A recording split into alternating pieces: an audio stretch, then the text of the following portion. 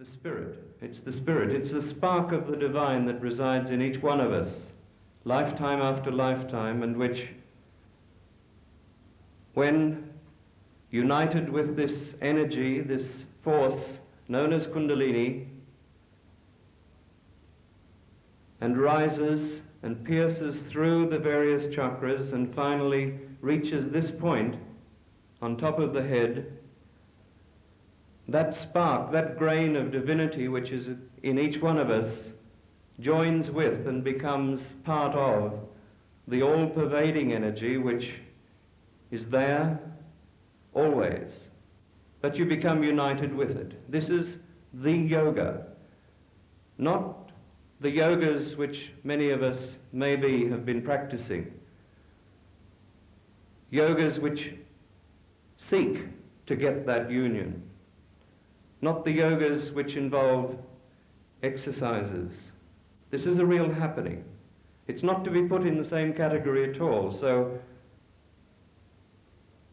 know that what will happen tonight is something very special.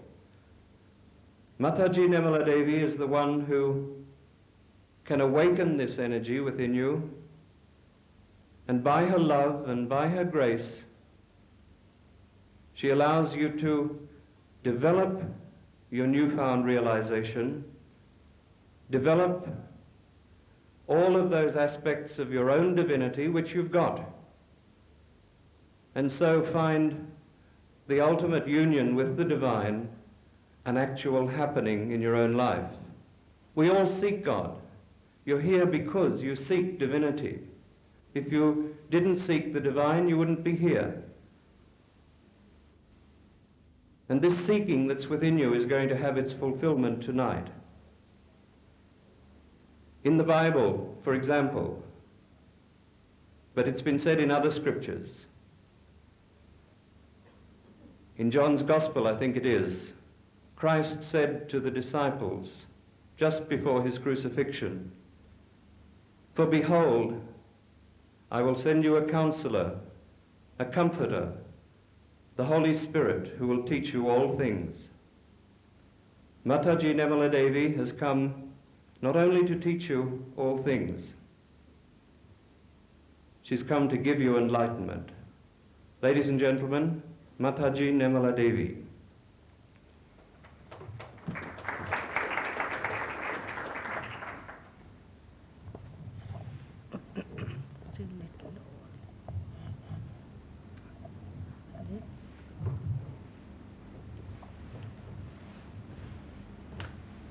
It is really gratifying to come to Melbourne. I came here because somebody who had come to Sydney and said that, "Mother, you must come to Melbourne. We need you." When I came here for some other purpose, I felt the vibrations of Melbourne are really very good. And here it is quite possible that there may be many seekers.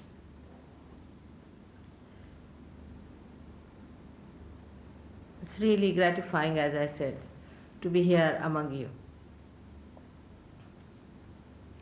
It's a fact that the time has come for thousands and thousands and thousands and millions of them who are born as seekers on this earth have to get their realization. They have to know their meaning. They have to know why the nature has made them a human being from amoeba. What is the purpose of their life? Unless and until you find the purpose of your life, you are not going to be happy. You are not going to be satisfied. You may try anything else. You may have one of those ego trips. You may have other trips like seeking money. You may have other things like going to drugs, alcoholism, liberation, all kinds of things. But these things have not given any satisfaction to anyone. You have to find out that absolute without which we are in confusion. That absolute is within you. That's why Sahaja Yoga is a spontaneous thing, is a living thing. Saha means with, Ja means born. It is born with you. As in a seed, all the maps of the seed that it is going to manifest are built in. In the same way within you, your spirit and your Kundalini are all already existing there, and they are just waiting for a chance to give you your self-realization. Before telling you about the benefits of self-realization, I have to tell you that you must keep your minds open as you would for any science lecture or any other lecture.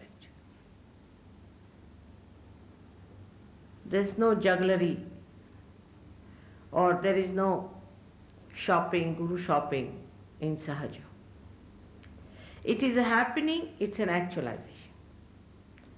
It is within you. It's a living force.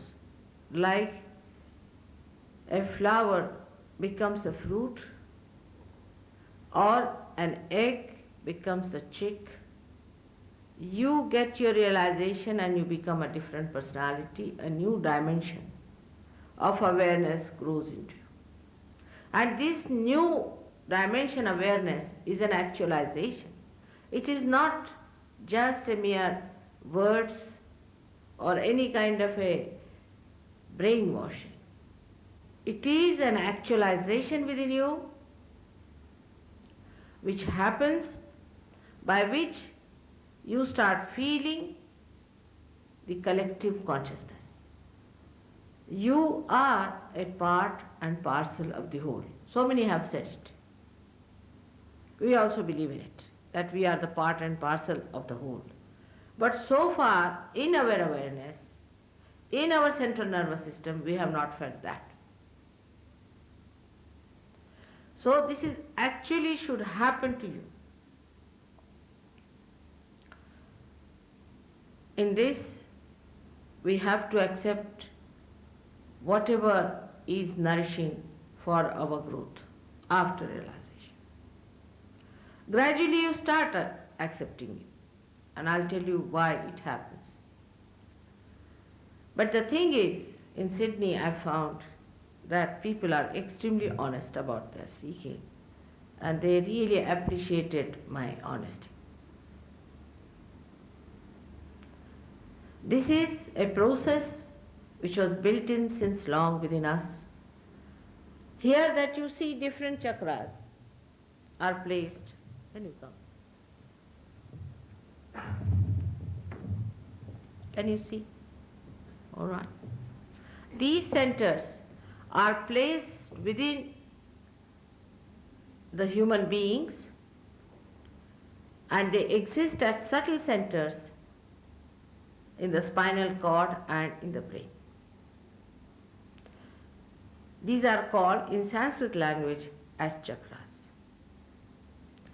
These centers exist within us as milestones of our evolution.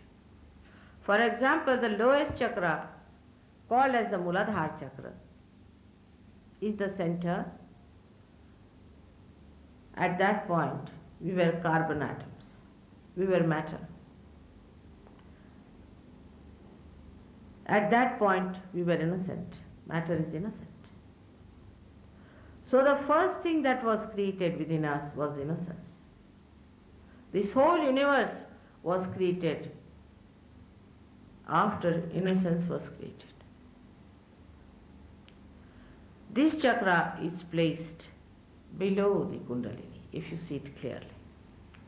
Kundalini is the pure power of desire. Pure power of desire. Whatever is pure, we call it holy. is the holy power of desire, which remains dormant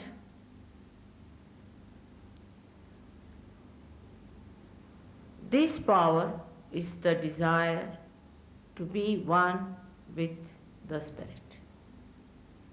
Without knowing the Spirit, you cannot know God. You are to be put to the mains. You are not yet put to the mains. For example, this instrument that we have made, if it is not put to the mains, it has no meaning. So that has to happen. It's like the primule in the seed, a germinating power in a seed, that you have got this power, residual power, sleeping, waiting for a moment when somebody who is authorized by the divine and not by any organization or certificates that human beings give, but somebody who himself is a realized soul, as an enlightened person, and he knows what is this power is. It waits for such a personality, and then it awakens itself and you get your self-realization. It has to be spontaneous. Everything vital in life has to be spontaneous. The breathing that we have is so spontaneously going on that we take it for granted till it stops or till we feel that we cannot breathe. If you have to go and read books or put in some efforts to breathe, then how many of us could even exist for more than, say, 5 minutes? It is so vital, it's the culmination of our evolution. And as the whole creation was created by the divine, as you are also created by the divine, this great happening is to be done by the divine. Now some people asked me that can it not happen by itself to us? We do not know that at every stage of our evolution, some aspect of God had to incarnate, or some guidance had to come from the divine to give us a higher awareness. But especially at this time, it is very important that somebody has to do it, because you have reached a stage where you have to know it in words, and divine has to speak. It's a very common question that I think people are ego-oriented. They said, "Why you, mother?" I said, "You better be there. I'll be very happy if you could do it. Because I'm a happily married woman. I don't need anything from anyone. I have to just give. But if you can do my work, I'll be very happy to retire." It's very easy to say, "Why you?" I mean, you should ask God why He gave me these powers. But they are there. But one need not feel hurt about it so much also. After all, you have so many powers which I don't have. For example, I don't know how to drive. Really, I don't know. I don't know many things. Even I don't know how to open ordinary cans. But if I know how to open the Kundalini, why should it hurt your ego? And why should you feel bad? Because I have to really work day in and day out to do this work. It's something, just a gift to you. There's no shopping. You can't pay for it. It is beyond your control to conceive God. You have to see as the reality is. You have to give up your conceptions. Supposing I had conceived a hall before seeing this, I would have had funny ideas. But after seeing it, only I really know what it is. In the same way, people have written books, thousands of books they have written, or even millions of books they have written, so what to do? If they have written the books, have they given you any self-realization? Have they given you that experience of the Absolute by which you know yourself, you know your centers and you know the centers of others, and you start manifesting your own powers? You become the master of your powers. This is what should be the criteria of your seeking. Why should you be identified with anything else but yourself? Because I get people belonging to this cult or this group or this religion or this and that. But you must understand that you are not here to be pleader for any one of them. I mean, you pay them to be their pleader or to be their lawyers or solicitors, whatever you may call them. But you should really try to honestly seek the truth and ask for the truth, and then only you will get the truth. So first thing one should understand that you cannot purchase divine. You cannot pay for it. It is an insult. It is an insult. And secondly, you cannot put in effort for that. When you have to sprout a seed, what do? You put it in the Mother Earth, and she sprouts by itself, spontaneously. It has got that force in it, only you have to put it to the Mother Earth. And the Mother Earth, by her warmth, germinates the seed. Do you get angry with the Mother Earth for that why must you do that? If she has to do it, she has to do it. Whatever the sun has to do, and whatever you have to do, you can do. And whatever the animals have to do, they do. If we understand that we have not yet achieved what we wanted to, then you will realize that there's a very little gap.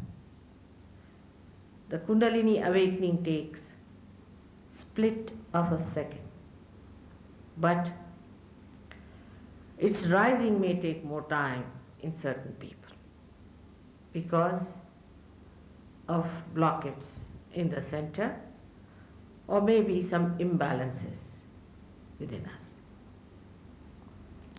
In short, I will try to tell you what is the Kundalini and what is this picture about. I hope you have got some books with you. You can also open and see for yourself. Those who haven't got books can also get from them. It would be easier to understand it.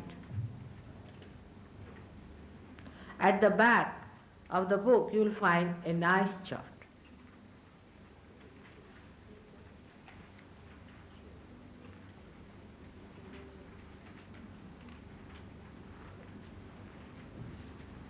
Firstly, you have to be honest about your seeking.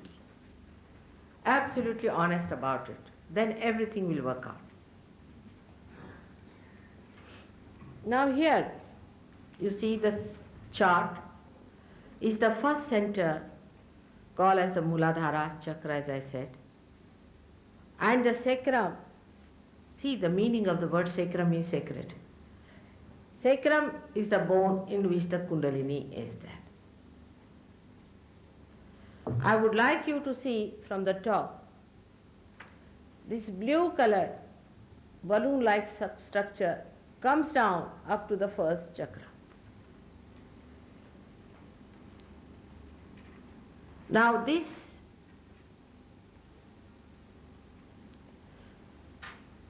represents a subtle force within us, which is the power of desire. It manifests outside the left sympathetic nervous system. This is the emotional side of a human being. He is not only emotional. This is the one that takes conditionings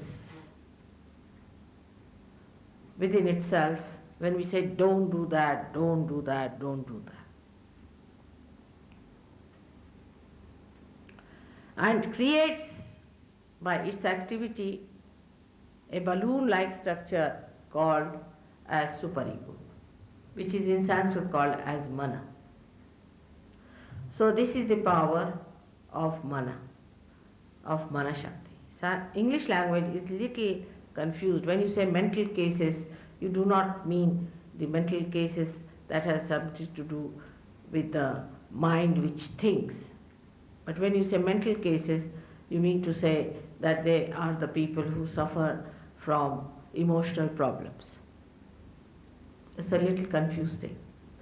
But in psychology, it is very nicely described by Jung, who was a realized soul himself, the superego.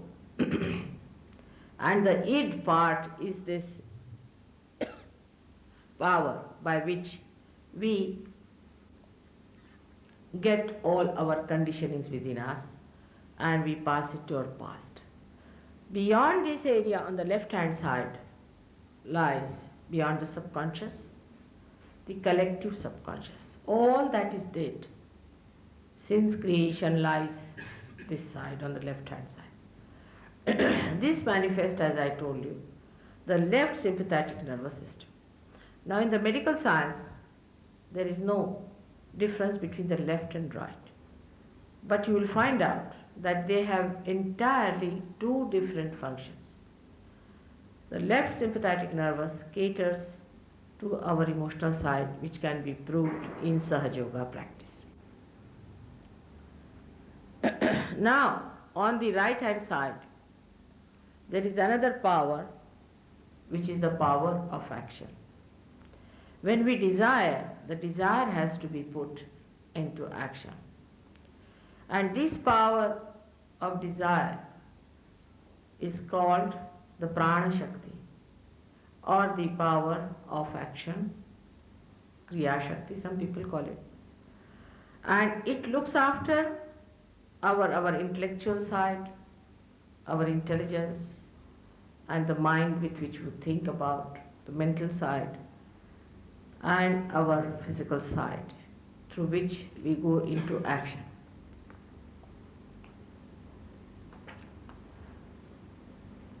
This, as a result of its activity, creates another balloon. You can see there a yellow colored balloon, which we call as ego, E-G-O, ego.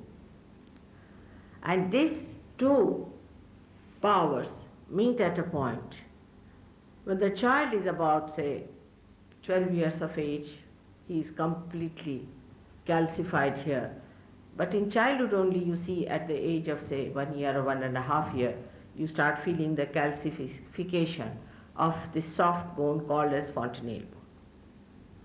In the center is the third power,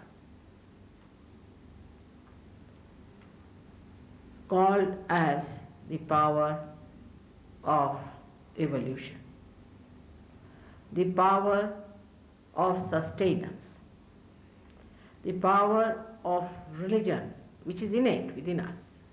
Now, religo means a capacity, you can say a quality. Like gold is untarnishable, that is the quality of gold. Carbon has 4 valencies, that's the quality of carbon. In the same way, human beings also have got 10 sustenances. And these 10 sustenances are the dharma or the religions of a human being. It has nothing to do with the outside religion, whatever you believe into or whatever you have fallen into or you are born into.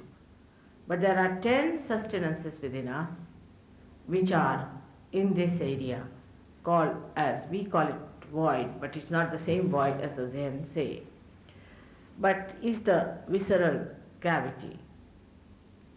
In this area, we develop our sustenances. By developing our sustenance only we evolve. For example, first a fish came out of the water and developed a sustenance by it started crawling and it became a reptile. First only one fish came, and then shoals and shoals of fishes started coming out of the water. So the evolution went on like this till we became human beings. In this process, as you know very well, the left-sided and the right-sided animals, the right-sided are the more ambitious, the dominating type. The left-sided are the sly. As you have many nocturnal animals, they are all left-sided. They are frightened, they live in the left. And those who are aggressive are on the right-hand side. They were discarded, even some vegetables and what you call the plants were discarded in the process of evolution.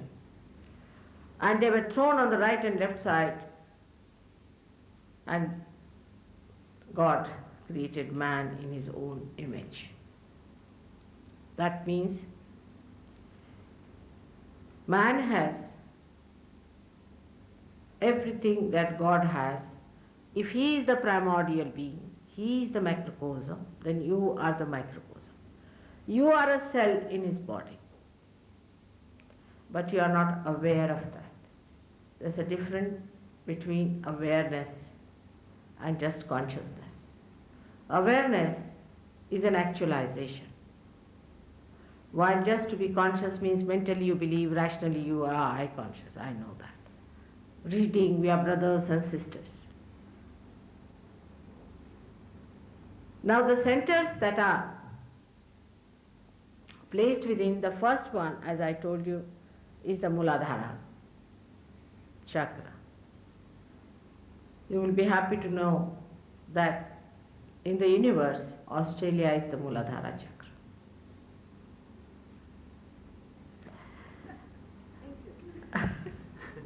It's a fact.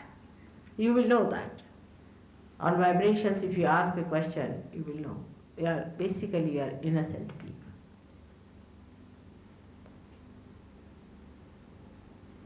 You don't know also when you commit sins that this is sin. You just do it very innocently. You don't do it knowingly. Innocently you do it. And the second center is the center called as Swadhisthana chakra. The first center manifests your pelvic plexus.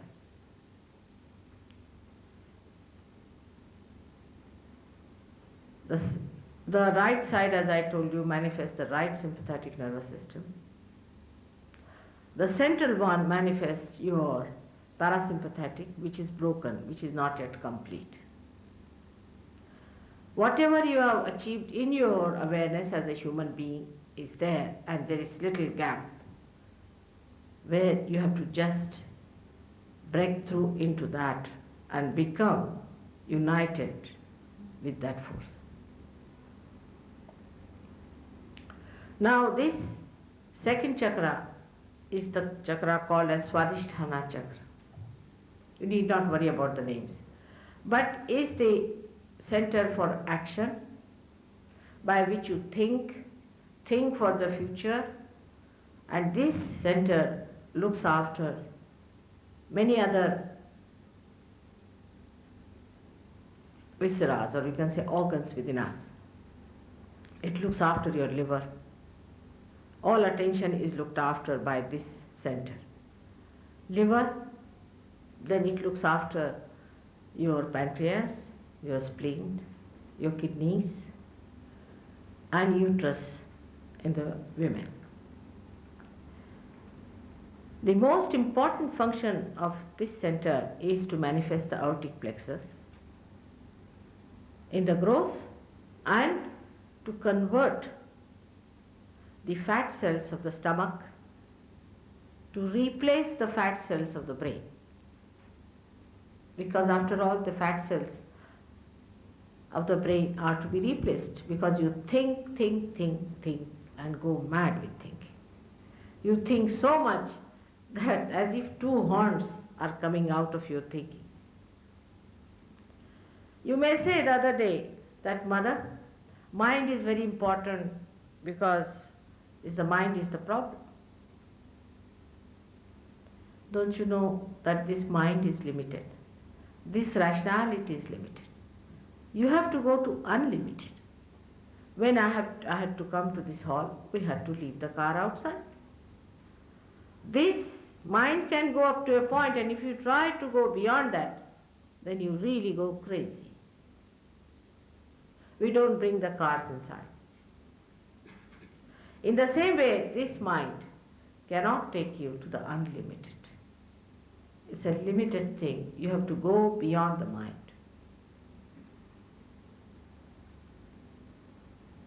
This center is doing this work of supplying the fat cells, and when you think too much, all other visceras or all other organs are not looked after or neglected, by which the person who thinks too much, who lives in the future, who plans too much, also then drinks in addition to that, supposing, and in addition to that, he does other things like drug taking in the stomach and eats lots of fat food and all that, so he really finishes that poor liver. And that liver is the one that sorts out all your poisons in the body, all kinds of poison. But this liver gets out of order and you don't feel it, only the heat starts accumulating. You feel always nauseating and you feel so unhappy, you don't want to face the present, you want to run away, you feel extremely horrid, you don't know what to do with yourself. All that comes from a bad liver. Also, apart from liver, your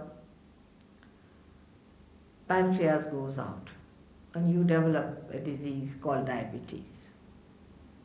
With that, you also try some coffee and all those things which add up. I mean, coffee, the amount of coffee people consume, sometimes I can't understand. And that coffee can really spoil the pancreas to such an extent that you can develop even more serious diseases than diabetes of the pancreas. Beyond the pancreas lies the spleen. Spleen is the real victim of modern people. Real victim is poor spleen.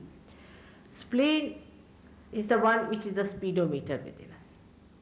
It regulates your speed. When you are eating your food, you suddenly open the news on the TV or something, horrible things happen. You get so shocked, an emergency is built in. The spleen is already busy producing RBCs, red blood corpuscles, for the digestion of the food, and suddenly it has another emergency and a third emergency, the way we take our breakfast, half sandwich in the mouth and half outside, stepping into the car, telling your wife that do this, do that, and then rush through the rat race, ending up yourself into a very crazy spleen. The spleen does not know how to carry on with your telescopic behavior. And it gets so very crazy that it starts producing crazy cells. And these are the crazy cells which create ultimately a very serious disease called blood cancer. The other day somebody asked me a question, Mother, how the children get blood cancer. I said, if I tell you, you shouldn't be angry with me. But when we are after the life of our children, poor things, they are small children. We are trying to make them good citizens. Somebody has a car park which is causing a problem. Could I just announce? Excuse me. Somebody has a white Ford parked nearby to here. AUY, some numbers. Could you move it immediately, please? It's going to be towed away.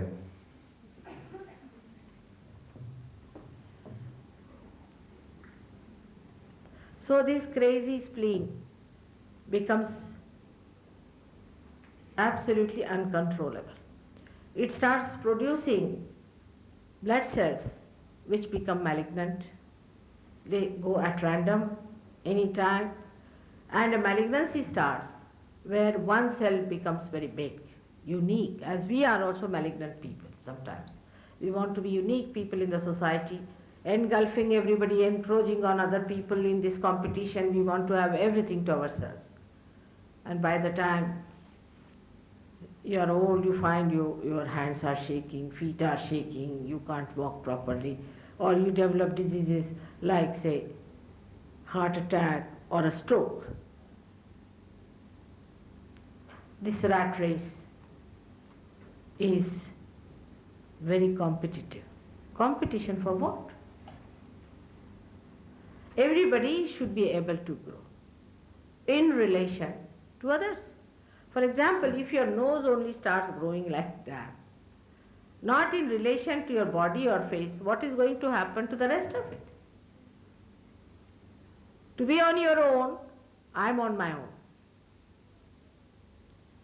And then you start growing without any relationship or coordination with the other parts of the society, other parts of the world, then you become malignant. You lose all balance. You don't know what you are doing. This is the tragedy, that when this happens to us, we are so ego-oriented that the pangs are not felt till you reach a stage that suddenly you find a person goes, they call it in English, gaga, or in American English. You find them, they can't talk. I have seen in Paris some people, not very old, younger to me in age, walk into a bus and they are talking loudly all sorts of French words. And I asked, what are they doing? They said, Mother, they are talking about last war. I said, why? They said, they just gone talking like this, they have gone. They are, what did you say? Out of the deck. Because you are having such a running jump towards the hell, that the progress, so-called, will make our society into very funny people who are jittery, who are twitching their heads, necks and everything, and their children are so aggressive that it is impossible to understand why they are behaving like this.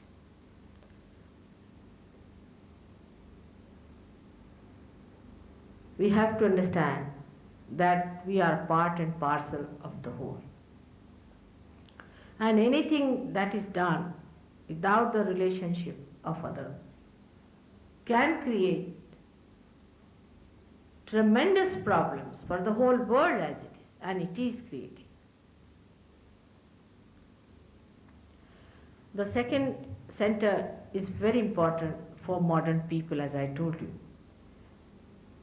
Because when you start thinking too much also, what you do, you use your right side.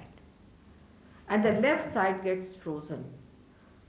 By improving on your thinking processes, thinking too much of the future and planning, of course most of the plans go waste. Such a lot of energy we waste in thinking that we find that if we had not thought so much, we would not have been that much frustrated. The planning also to such an extent doesn't help in any way. Supposing I have to come to this hall and I do not know the way. What planning can I have? I have to just ask somebody, how do you go there? And face as it is. Supposing a seed has to grow into a root, does it have any planning beforehand? It does not. What it does, that it faces. It's a little cell but so wise. It knows that there is an obstruction, no use fighting with this rock. So it goes round, all soft places it pierces, gets itself embedded sensibly and wisely, and uses that rock for the strengthening of the tree. So when we try to dominate others, I mean the sophisticated, the more sophisticated you get, the more sophisticated this ego gets. And with that sophistication, you are very pleased, sorry, yes, and all those things are there. But inside a big Mr. Ego is developing, like a balloon, and it presses down your superego. And it comes down. Now the gap that is between the two, or the place where it should be, is not there, and ego presses down the superego till superego starts seeing the colossal ego. And then such a person takes to escapes. It takes to alcohol, which gives rise to superego, or it takes to drugs and all kinds of escapes in life to run away from his own ego because he can't bear it. Now the wobbling starts. The ego and superego start wobbling, and that's how you get people who are absolutely confused. Moreover, to add up to the whole problem, the modern times are the ones that in this confusion, last judgment has already started. Through your Kundalini awakening only, you will judge yourself and correct yourself, and you will enter into the kingdom of God. These confusions actually have led human beings to such frantic, precarious ages that Sahaja Yoga had to come on this earth to solve the problems once for all. After getting realization, it's so remarkable when you find your absolute through Kundalini awakening. I have seen people overnight, they give up so many things. Like I know of an old man, very old man in Singapore, who is a very well-known, very rich man and a very well-known personality. And he got his realization, and he told me that overnight I gave up my gambling, I gave up my drinking, and I gave up my racing. These are also escapes in life. These are all escapes because we are so bored of ourselves. Imagine a person is imprisoned. If he is just imprisoned in a nice place, he should not feel upset. After all, it's a very good thing to face yourself. That's the most beautiful thing we have. But because we are so frightened of ourselves only, that we don't want to be left alone, we think we are lonely. We want to run away from ourselves. We want to have somebody else, it's better to have somebody else. And if somebody else comes in, we do not want to face him squarely, but we want to have something in between, like a bottle of beer or something. After realization, you first time start enjoying each other. You first time feeling the vibrations of another person, and you really enjoy the beauty of another person's through this cool breeze that is coming out of the being of that person. And this should happen to all of you. You all should achieve it. It's very important because you are out and out seekers. But first you must have your self-estimation. You must know that you are not here to play these games with yourself. All kinds of games are available. The industries have provided, the industrial revolution has provided, all modern thinkers and the books and all that have got it. To add to it, gurus have come from India to supply in this demand market. So the picture is complete. This should not upset, because behind all fakeness and falsehood, there has to be reality. If you see thousands of artificial flowers, you must know there has to be one real rose. And in the same way, behind all this falsehood and confusion, there is reality which is so beautiful within yourself, which you have to achieve through Kundalini awakening. In short, now I will tell you about other centers, because if you go through this book, you will know about the names and things. But in short, I can tell you that the third center is the center of our seeking. Is the center by which we are seeking is a navel center. Is by which an amoeba felt hungry. He was seeking food. In seeking food only, we went up to the stage of, say, mammoth and all these big animals, but they were such unwieldy big things that they could not maintain themselves. So then the intelligent animals came in. In that also, some of them were very horrid ones, like foxes and all that. Then very powerful animals came up, who had more physical power than their big body. Like that, we developed with this seeking up to a point when we became really human beings. And when we became human beings, we started seeking things like possessions, if not possessions, like power in politics, economics, social work, social things, and lastly, the spirit. Spirit is the solution for all of them. Without the light, you cannot see anything in this room. I cannot see you without any light being there. To me, in darkness, you are nothing but darkness. I don't see. I cannot relate one to another. I do not know who are sitting here and listening to me. But once there is light, you can see everything clearly. And that's what it is happens. That when you get your enlightenment, you become the master of yourself. This is the end of the seeking which starts. In this seeking only, around the seeking, our sustenances are developed gradually, and ultimately we become human beings. And for human beings, there are 10 sustenances described in the 10 commandments. When I talk about 10 commandments, one gentleman got very angry. He said, "You are a Christian, you are a Christian, you are a Christian." But 10 commandments were written when there were Jews. They were not written. Moses was not a Christian, he was a Jew. And the Jew got angry with me that I was a Christian. Moses, Abraham, Confucius, Socrates,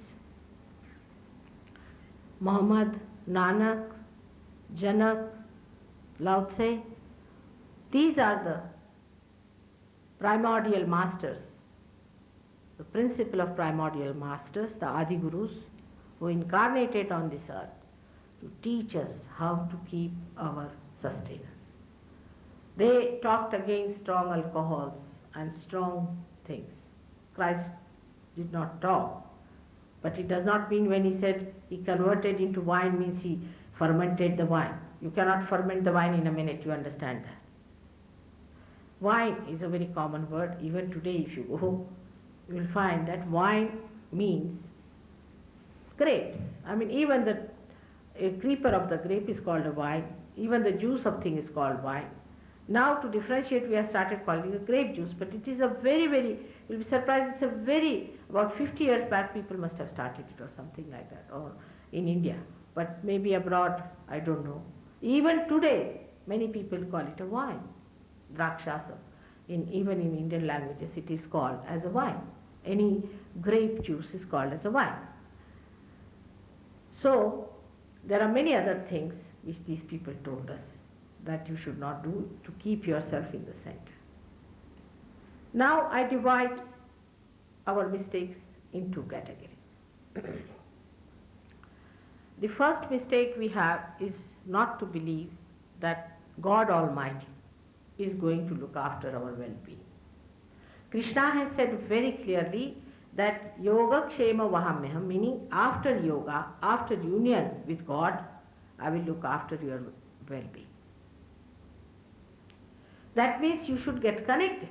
Supposing I am not an Australian citizen, why will Australian government look after me?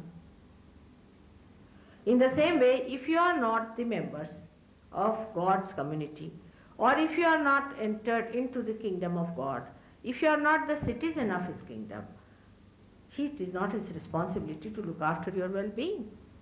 I mean, of course, He has created you, so He looks after you. But otherwise, it's not certain that He'll look after you. People demand so much from God. They think they are already connected. They treat Him as if you can find Him somewhere under the stone. They go on demanding, please look after my son, please do this, praying morning till evening. I mean, it's pestering. When you are not connected with God, if you go on doing like this to any human being also, you will get arrested. And that's what happens, that we live under myths. Oh, I have been praying and God has given me this. And I have been doing this, but we don't see, do we deserve it? Are we the Spirit? Have we tried to be the Spirit? We have done all kinds of things but to be the Spirit. When you are the Spirit, then you are really blessed, really blessed. Not only by His powers, but you become the master of your being and you start manifesting your own powers. This seeking and the surrounding dharma, which is looked after the primordial masters, is another center here. Above that is the center of the Mother of the Universe, who gives us the security. This one, when spoiled, the security, sense of security is spoiled, especially among women, when they feel that their husbands are negligent or they are flirting with other women and all sorts of things, then this center goes out of order. When this center goes out of order, then they develop diseases like breast cancer. Breast cancer is more common in societies where they have divorces. I have given a regular speech on this, which you should get from Sydney, and you will know all about it. Now the right side heart, which you see here, is the center of a father, and the left one is the center of the mother. The right side heart center catches when, as a father, you have not done your duty. Or if your father has died very early, you were shocked, then also it can happen. Anorexia and all these diseases can be also caused by this kind of happenings, or also asthma. Asthma is invariably caused by this center going out of order. The left side is the center of the mother. Our father and mother we chose. Before our birth we chose them. It was foolish to choose horrible parents, but you better pay for it. In one lifetime, it is better to pay for the horrible ones so that next time you won't have them again. But we are not to judge them.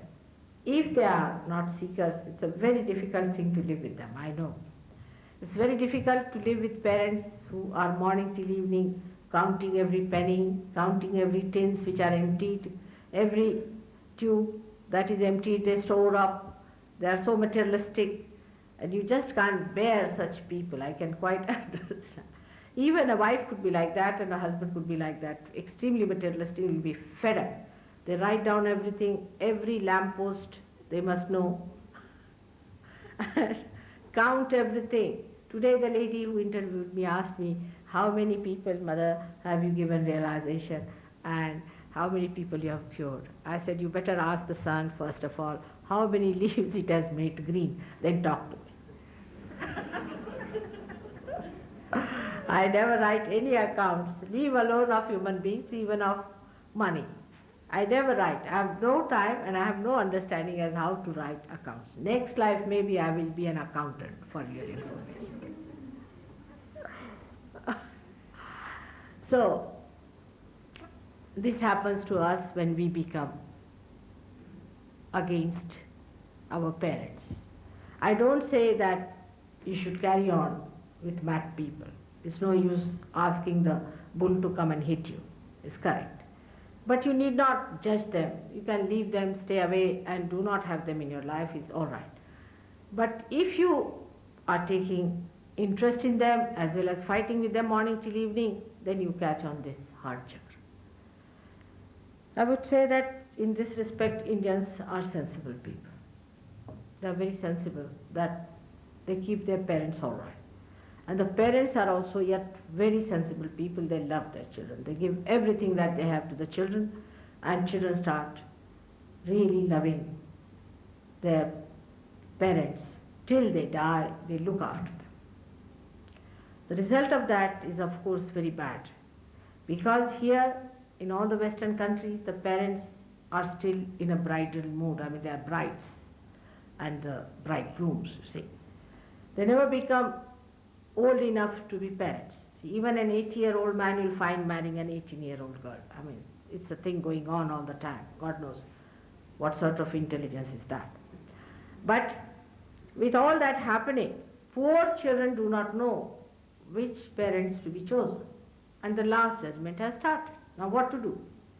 Now you place yourself in their places and think, what would you do when you know such crazy parents that today they are together, tomorrow they are divorced. On the street they'll be kissing, hugging each other, doing all kinds of nonsensical things, very embarrassing also. And if you ask them, where are you going? They'll say, we are going to the divorce case.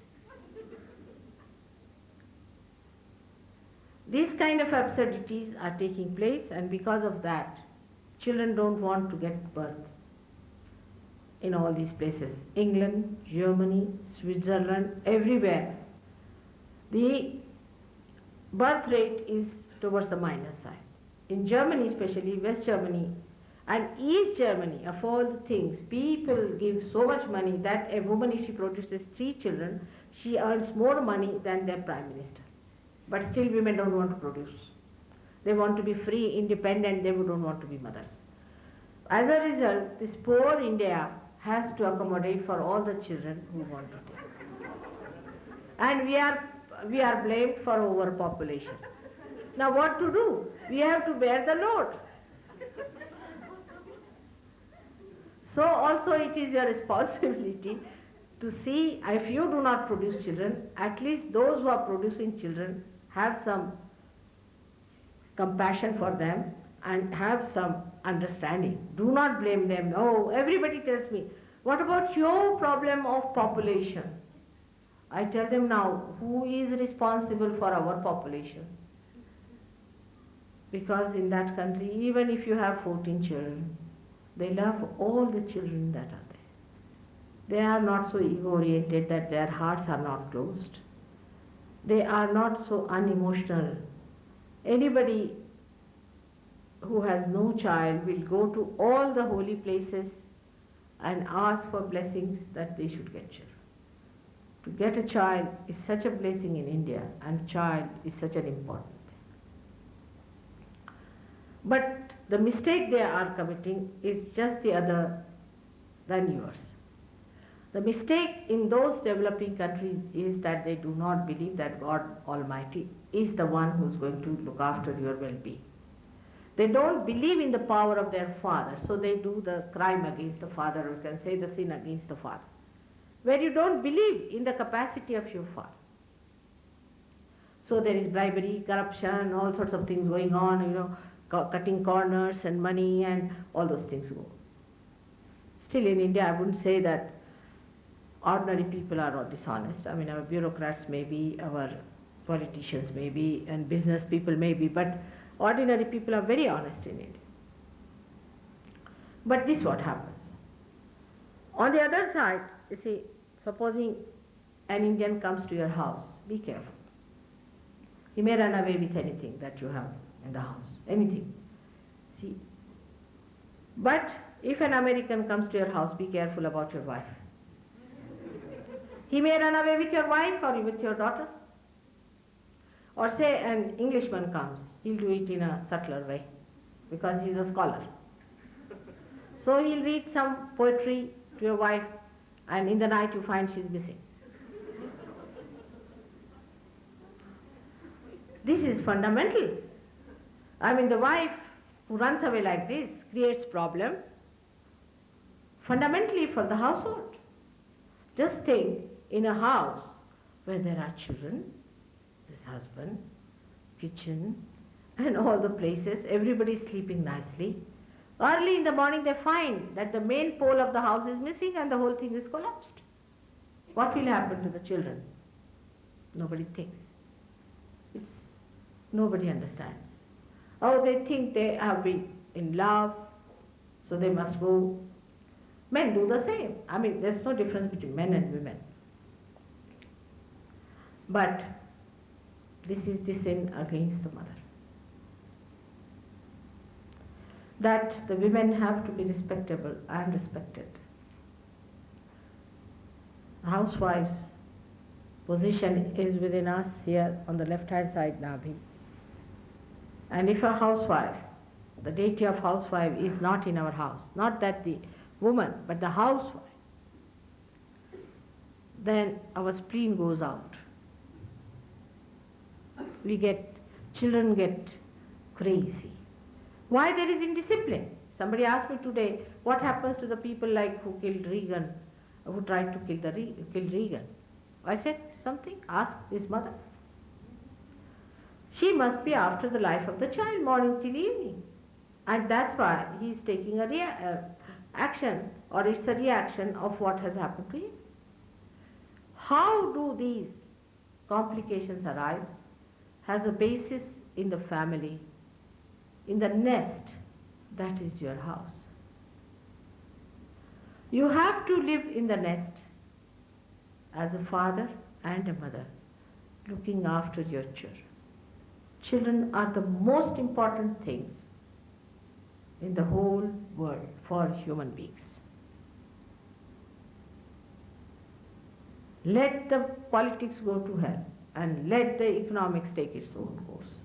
But children are to be looked after. That's your primary duty. But in India we go to the other end. When we start looking after our children, we don't mind selling our countries also in the name of children. But we live at two extremes, I feel, that the sin against the mother and sin against the father.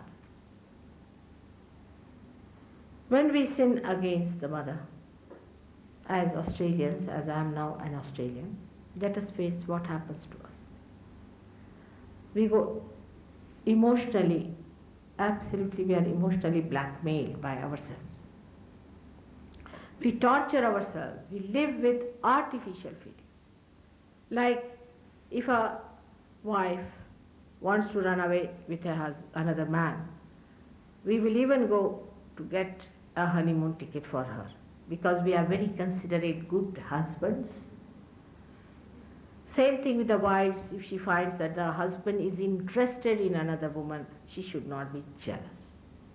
In Sahaja Yoga, this is not very much appreciated. Husband has to behave like a husband. He should make his wife run the house. And the woman has to be a woman. She must see to it that no danger is brought to the children. We have no business to hurt anyone like this.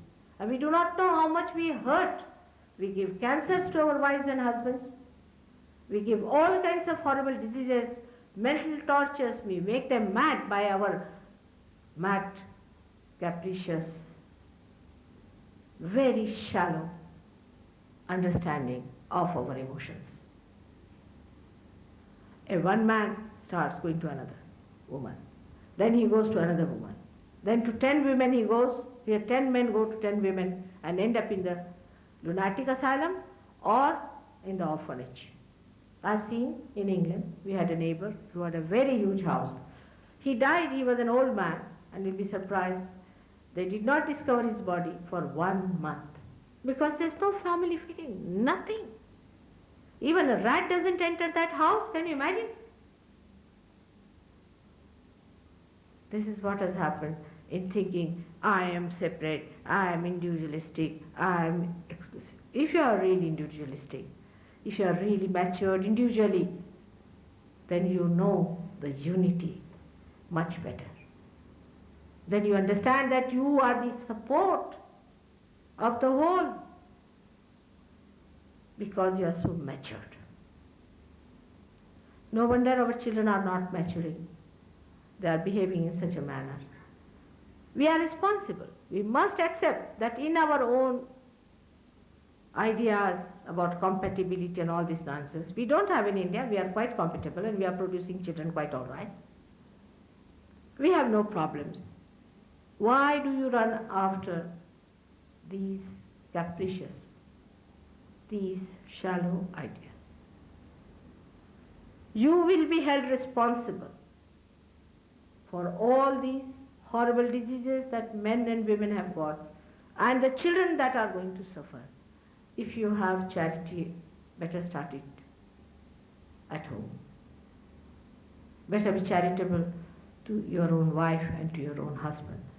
Be charitable to your children. Don't go by concept of falling in love. You fall really and make others fall too. It's a concept, just a concept. I think some of these horrible people must have given you this concept. If you really fall in love, how do you get up to marry another person? You fall, marry another person, you again ready to marry another person. You are holding the hand of a person who is supposed to be your beloved or whatever it is and looking at other one. This concept is absolutely wrong. You have to grow in love.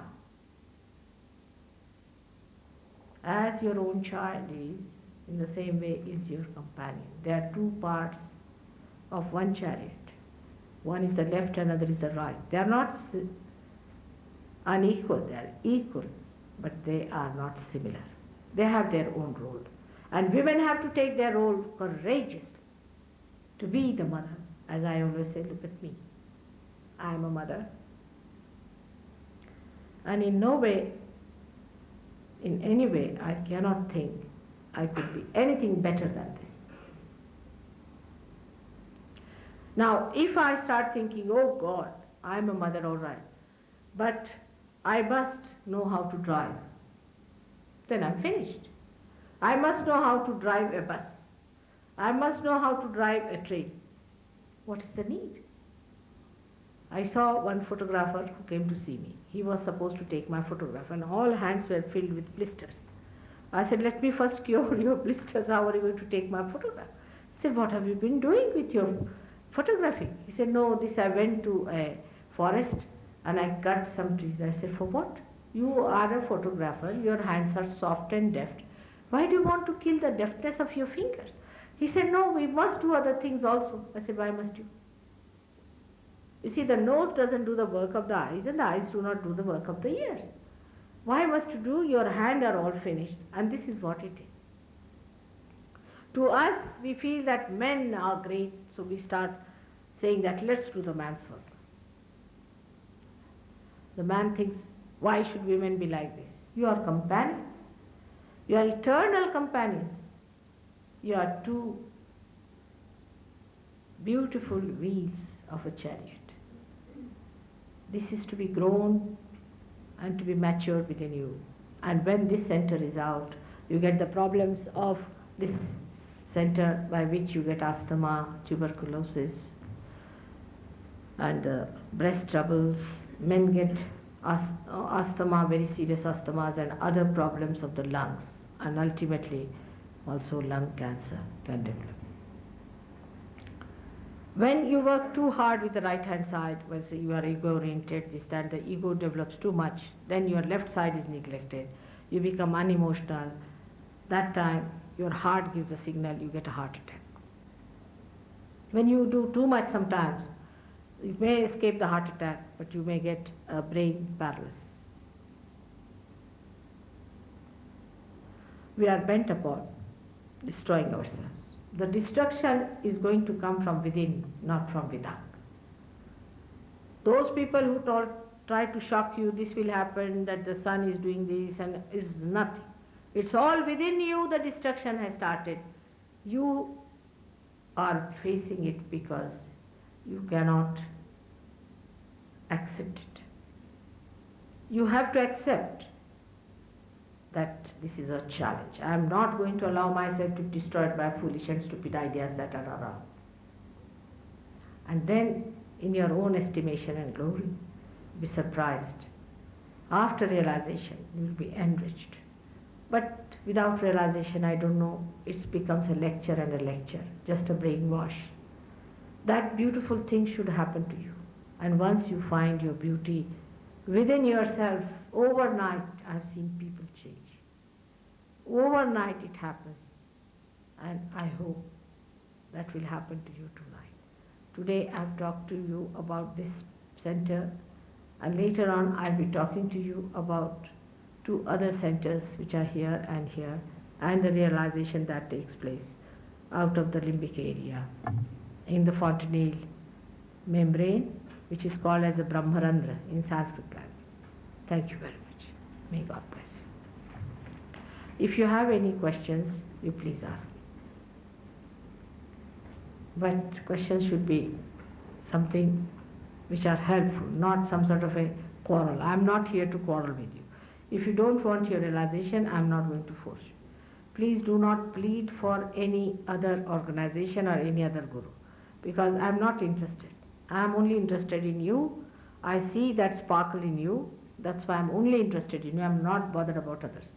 So you do not try to bring any other ideas that this guru has said this or this one has said that and this is in the book. The proof of the pudding is that you haven't got your realization. If you have got it, then you can go out.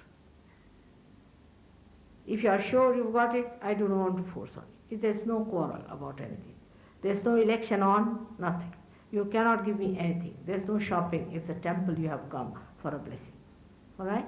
Now you can ask the questions. Thank you very much. Yes. Paul, drink. Any questions? What commonly happens at times like this when Mataji's been speaking, because of these vibrations which she's emitting, you enter the silence, you become thoughtless, and you find that all the rational things that you want to ask, which is really only our ego, just quietly sit down. The noisy radio gets switched off. And this, in fact, is what happens at the time of realization. You enter the silence. Realize, there's nothing to be frightened of. The Kundalini crosses this point, and you feel thoughtlessly aware. This is the first step. You are aware, but you are thoughtless.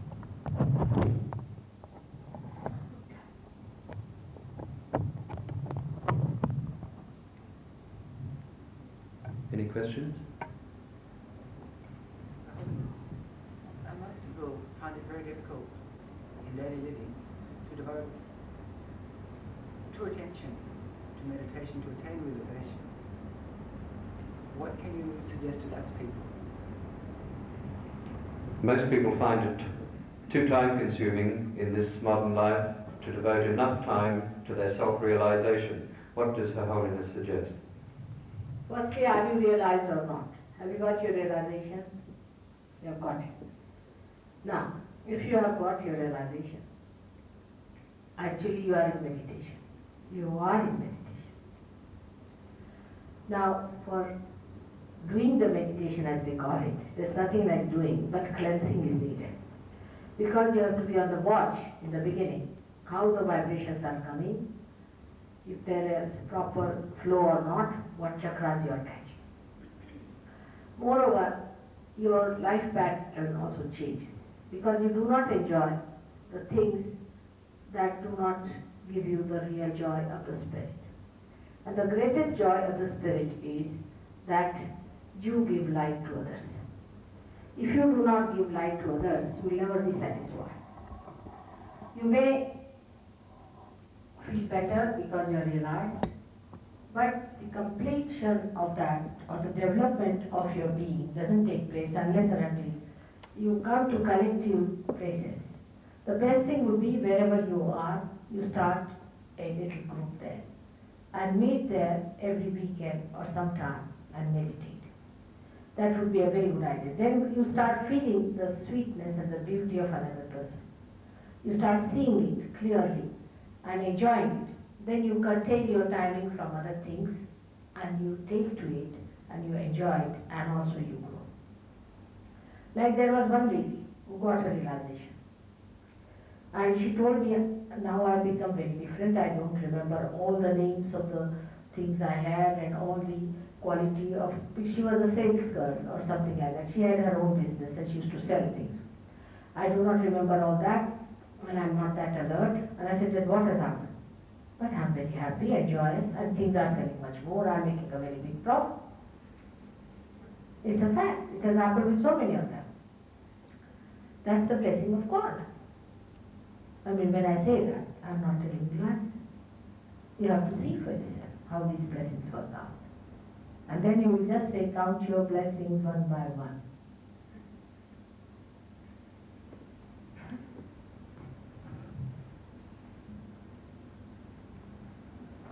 The meditation practice is very simple. We'll tell you about it later. Very simple, and the point is, as Mataji says, to be in meditation all the time. And that's what we have to develop. Is there any other? Any other question? Then Mataji can now give you all the experience.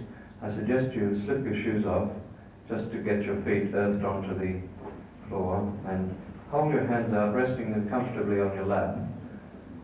But most of all, be in a receptive frame of mind in the sense that They are very much. just ask Mother for it. Just ask Mother for your realization.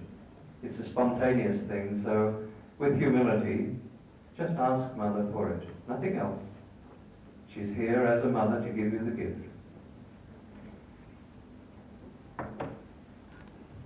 You just put your both the hands towards me, just like this, as you would be asking for something, just like that. Now close your eyes. You have to close your eyes because when Kundalini rises above Agya, this dilatation of the pupil. So please close your eyes. Better. Can you put out of that light? Can you turn the light around?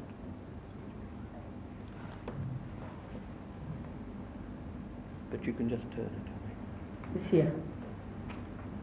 Good. That's better. Just put both the hands towards me and close your eyes.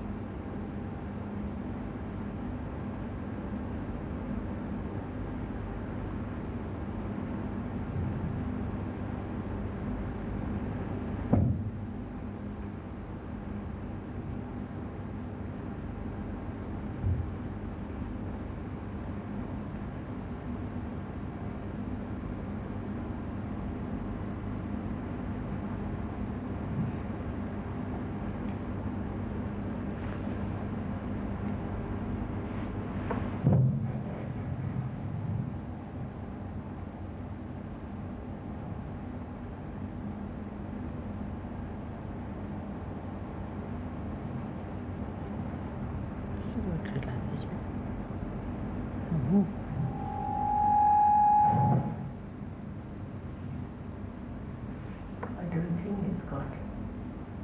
Did you attend my program before? What's the matter? It's a little liver. Put your left hand on the liver.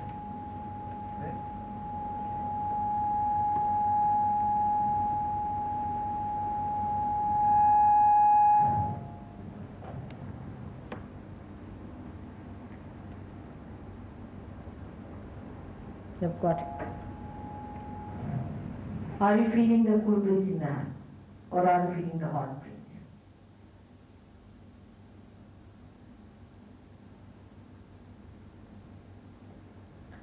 If it is hot, then put your left hand towards me like this and right hand on your liver. Liver is here. Left hand on the liver. I'm sorry, left hand on the liver. Right hand towards me and left hand on the liver. Liver is where he's showing you. Hand should be like this, towards me, like this. Little lower, it is under the rib. You can move the hand and see, maybe you'll find the lumps.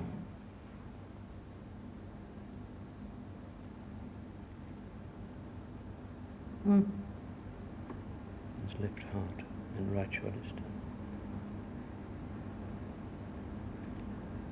Little right navi.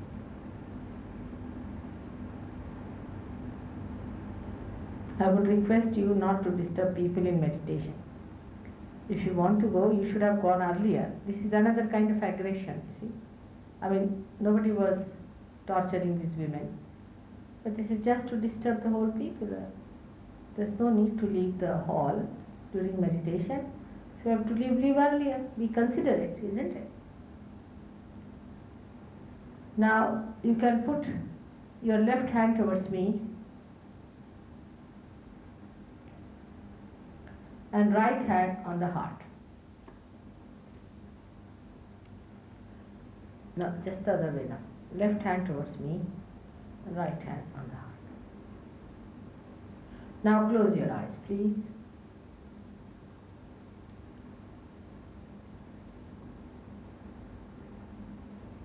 You can ask the question in your heart, Mother, am I the spirit? Ask this question in your heart.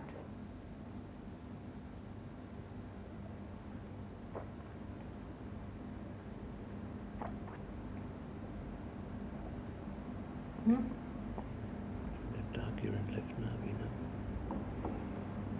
That's good. Go on asking this question.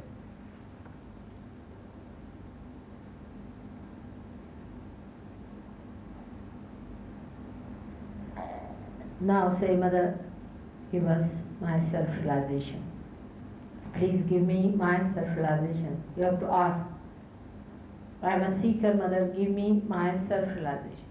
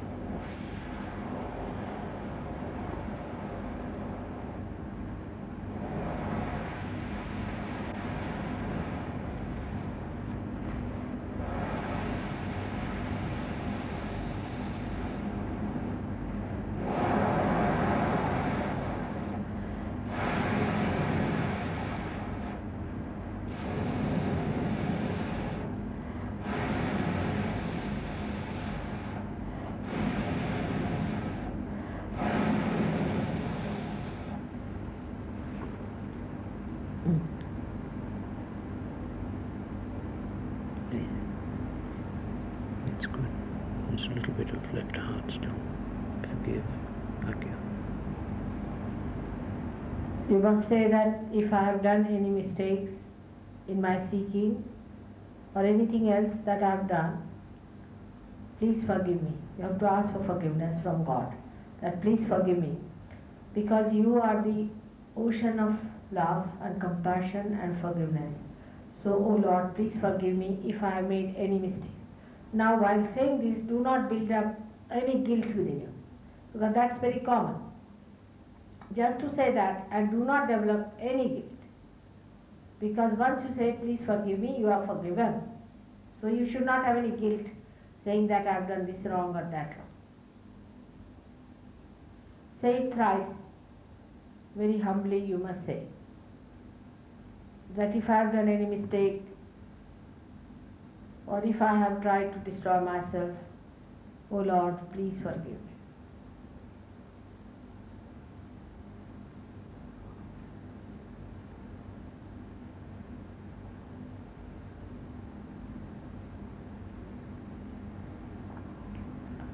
Now have no guilt. Actually, you have to say, I am not guilty. You have to say it at least thrice clearly, that I am not guilty because Christ has crucified himself for your sins and for your karmas, about which I will tell you tomorrow. So you just say that I am not guilty. Say it thrice. It will really help you very much. You are unnecessarily analyzing yourself and criticizing yourself and calling yourself guilty. If you have any shaking, please open your eyes. You should not shake. If you are shaking, that means there is a problem.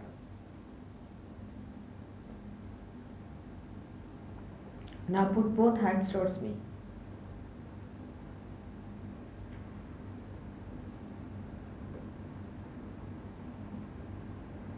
Start feeling the cool breeze. Just see that. It's a very subtle thing.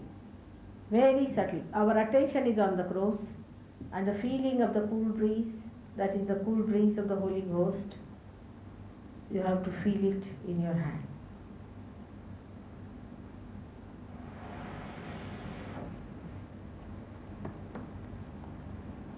Slowly, slowly,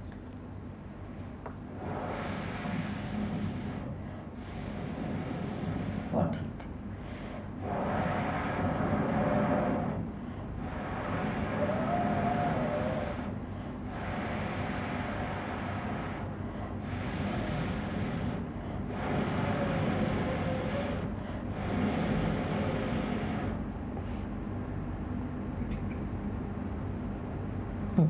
Raise the quarter from the back.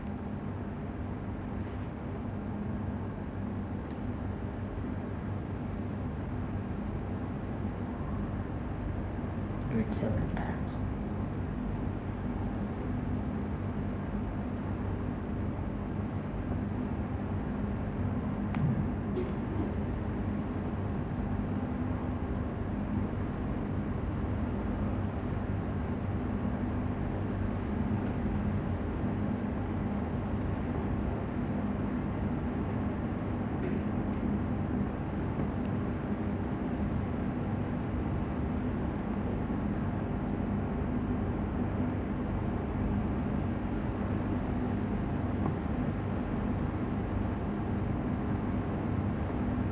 Again say, I am not guilty. Are you getting the cool breeze now in the hand? Just see.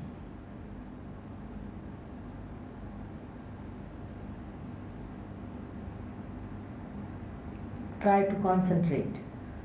Closing your eyes, concentrate on your fingers. See if there is any cool breeze coming in.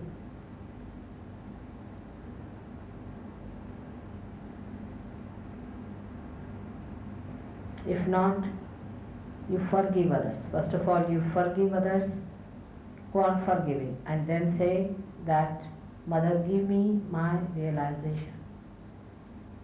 You must forgive. You must forgive others. That's very important.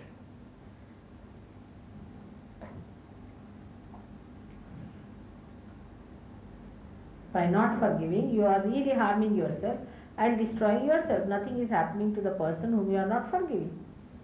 So just say, I forgive, I forgive, I forgive.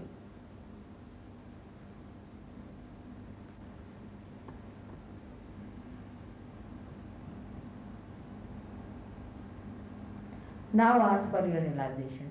Mother, please give me my self-realization.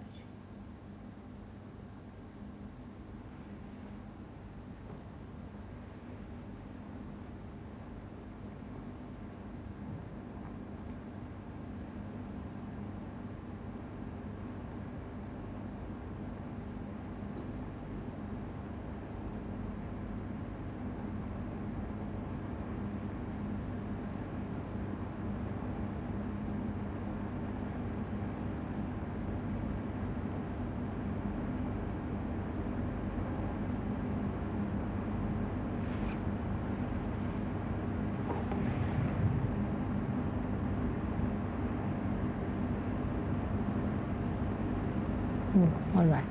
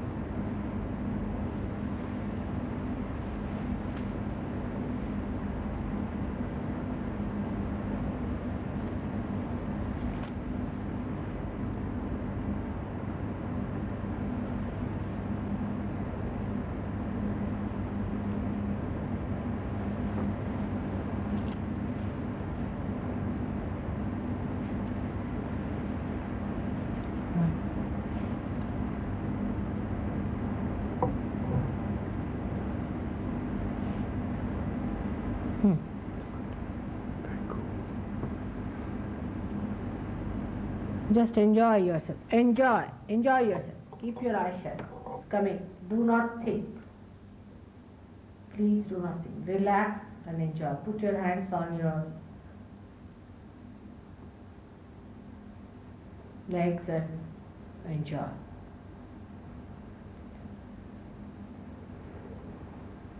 On your laps, you can put your hands.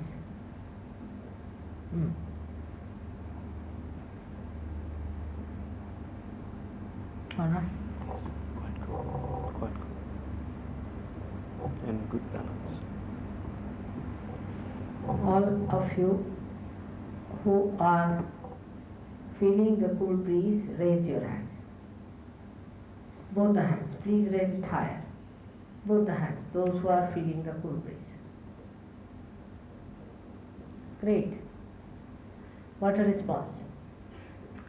Those who are not feeling the cool breeze can take help from the Sahaj Yogis who are here. Please. Please put down. Thank you very much. Should I tell about Monday? We wanted to see how Melbourne will work out, and I would like to now come back again on Monday evening here. I'm going to Sydney and we'll be back again on Monday evening, same time, same place. Definitely here to tell you about the other two chakras. Those who have not got realization should talk to the other Sahaj Yogis. Please come and stand here, all the Sahaj Yogis, please. And talk to them and take help from them. And they can come little later. Come now.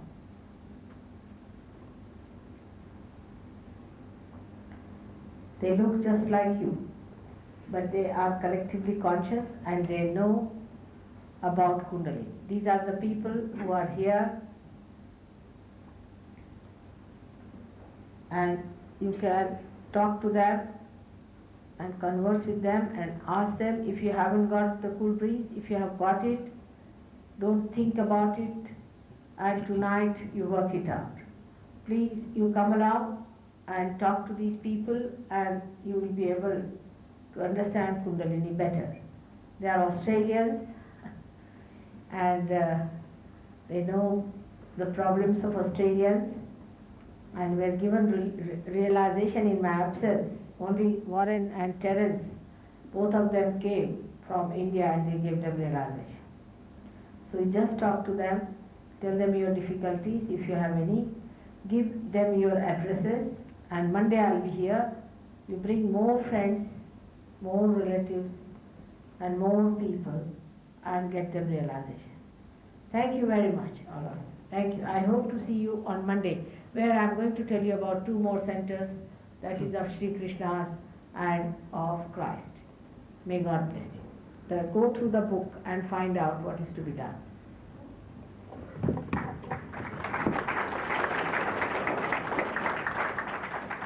At the door is a large book. We really consider it a privilege if you just sign that book as your own name and your own address, because this is really your birthday for those people who got it. Your second birthday. There is a contact address here in Melbourne which we'll give you for those people who want to actively develop it and find out more about it. But for the time being, just let it settle in. Read at the back of the book where it explains how to meditate. Very simple. But more than anything, establish your vibrations, establish your realization, and come along on Monday night. Mataji will take you that extra step further. But also, these centers here and here and here will become more firmly established. Hope to see you then. For those that didn't feel the cool breeze or have any particular problem, just stay behind here and we can at least help you.